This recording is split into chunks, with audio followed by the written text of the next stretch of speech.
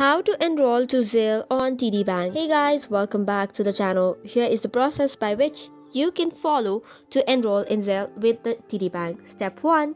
Log in into your account and select Zelle. After that, tap on Get Started and then Accept to the terms and conditions. This is external transfer and send money with Zelle payment service terms and conditions. So you have to tap on accept and then land to another page. Choose the email address or the phone number that you want to use for sending and receiving money via Zelle. After adding all of this, tap on continue to go to another page. After that, you have gone to another page. This way, a 6-digit verification code will be sent to your chosen email address. Make sure to confirm it. And once confirmed and continued, you have successfully enrolled into Zelle through the TD Bank. After this, you can enter and verify the process.